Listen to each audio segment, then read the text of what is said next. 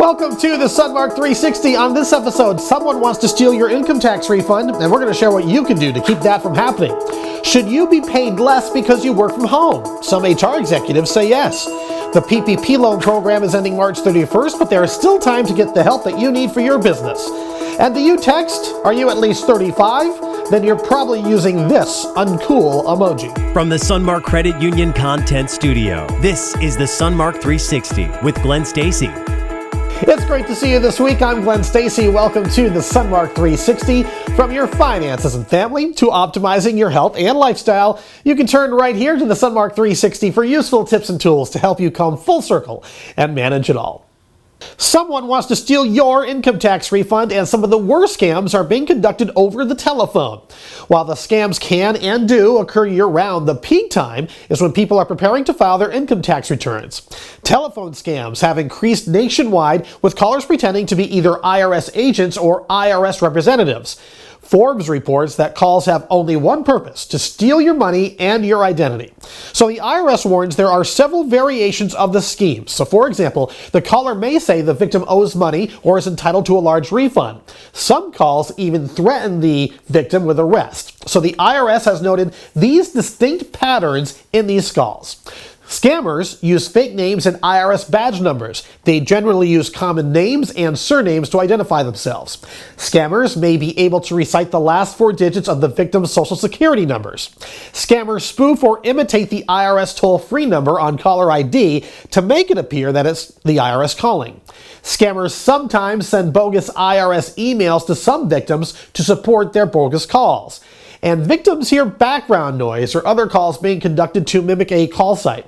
And after threatening victims with jail time or a driver's license revocation, scammers hang up, and then others call back pretending to be from the local police or DMV, and the phone number on the caller ID supports that claim. So what can you do? Well, the IRS says you have two options depending on your situation. Number one, if you get a phone call from someone claiming to be from the IRS and you have a legitimate tax issue outstanding, call the IRS at 1-800-829-1040.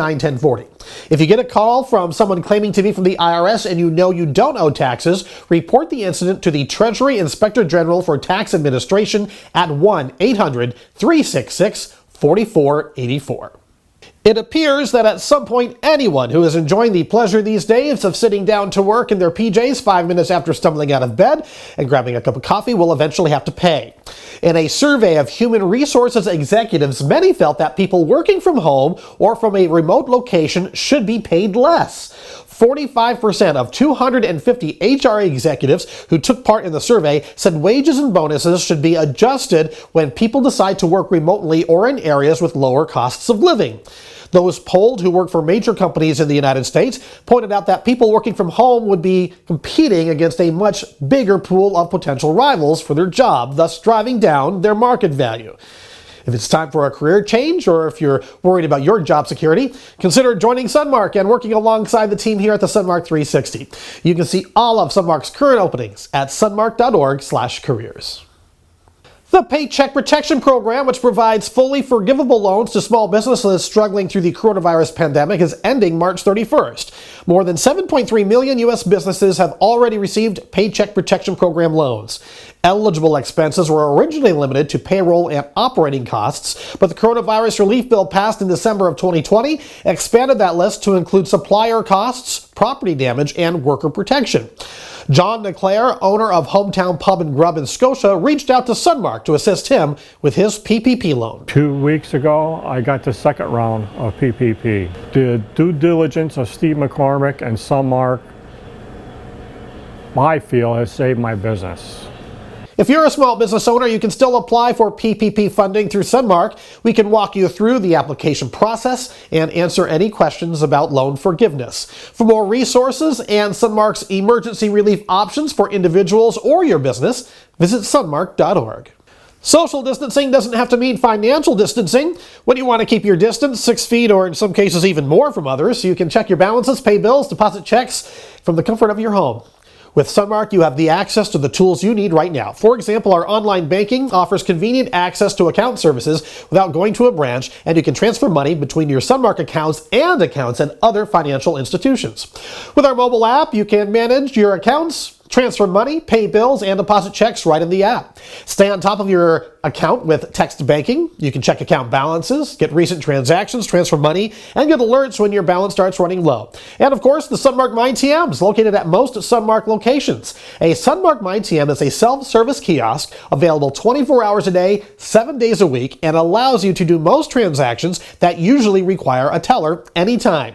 You can also connect with a team member via video assistance during regular business hours. You can find the Sunmark MyTM near you at our website at sunmark.org. If you're like literally every person with whom I have a texting relationship, you like to use the laughing face with tears emoji. Well, I've got some bad news for you. It's no longer cool. At least that's what the young people are saying. Lately, a number of TikTok users have been teasing millennials and older generations for their overuse of what's officially called the face with tears of joy emoji. That's right, Generation Z has decided that the laugh cry emoji makes people look old and uncool despite how popular it still is, or maybe because of how popular it is.